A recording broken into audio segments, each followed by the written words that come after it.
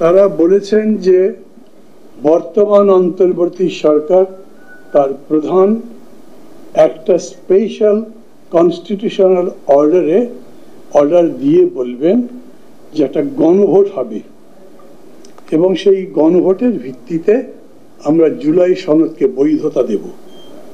জুলাই সনদের বৈধতাই তো মূল প্রশ্ন।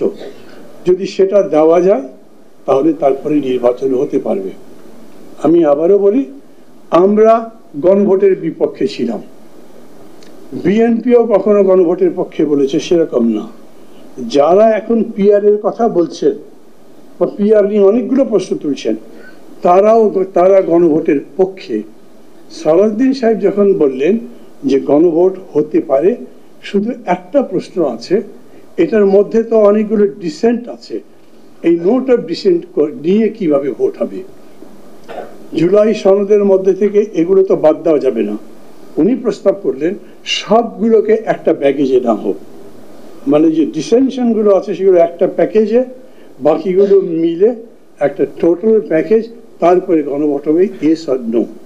ধরে নেন this is closed for now, vote হয়ে গেল, সংসদ বসলো, তখন এটা ওপেন করলে এর যত ডিসিশন আছে তার জন্য মেবি আর একটা দ্বিতীয় গণভোট করতে হবে, তাহলে মিটে যায়। এই প্রস্তাব দেওয়ার পরে আমি জামাতের কোনো নেতাদের সাথে কথা বলেছিলাম ওখানে, ওনারা সেই মুহূর্তে কোনো কমেন্ট দেননি। কিন্তু বিষয়টা হয়েছে, আমি এ সম্পর্কে সবাইকে সতর্ক থাকার জন্য বলি, আপনি কি জুলাই সনদের রেকগনিশন চান? এটাই মেইন। এই অভ্যুত্থান হয়েছে, তার জন্য এতগুলো মানুষ জীবন দিয়েছে, তাদেরকে যথাযথ মর্যাদা দিতে চান, যুক্তিসঙ্গত সবকিছুই, এগুলোর একটা কনস্টিটিউশনাল এগ্রিমেন্টও দরকার, স্বীকৃতি দরকার, ঠিক আছে।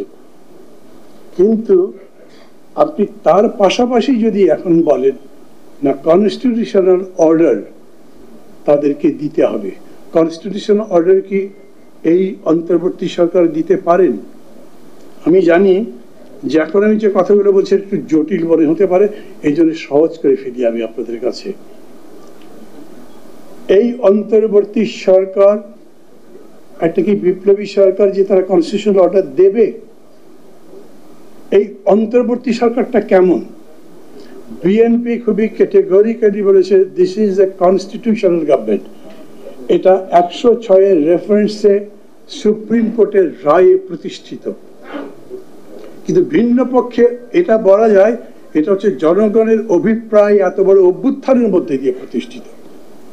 তাহলে 106 দরকার লাগলো কেন? অতএব বিতর্কটা এইখানে আছে।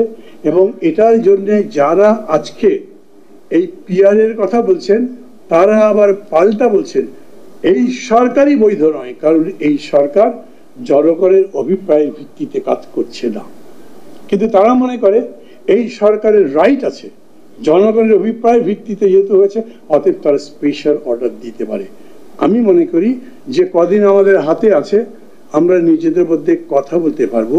একটা স্পেশাল কনস্টিটিউশন অর্ডার যদি নাও দেয় তাহলে 15th অ্যামেন্ডমেন্ট বাতিল হওয়ার পরে আমরা গণভোটে তো যেতে পারি, গণভোটে গেলে এটার স্বীকৃতি হয়, বাকি যতগুলো ব্যাপার আমাদের এগ্রিমেন্ট আছে সেটাও সংবিধানের অন্তর্গত হতে পারে।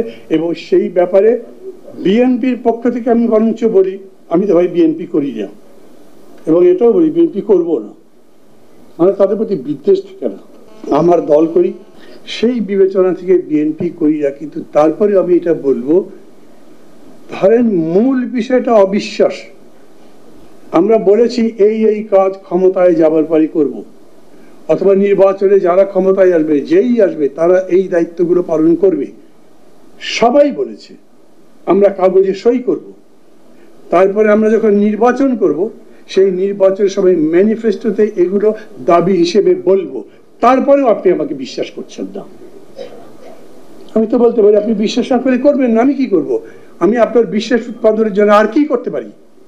কিন্তু বিএনপি বলেছে ঠিক আছে, আপনাদের যদি বিশ্বাসের সংকট হয় আপনারা বলেন কোন পদ্ধতিতে করলে বা কোন লিগ্যাল ফ্রেমওয়ার্ক আপনাদেরকে দিলে কিংবা সংবিধানের কোন ধারা প্রয়োগ করে এইটাকে জাস্টিফাই করা যেতে পারে।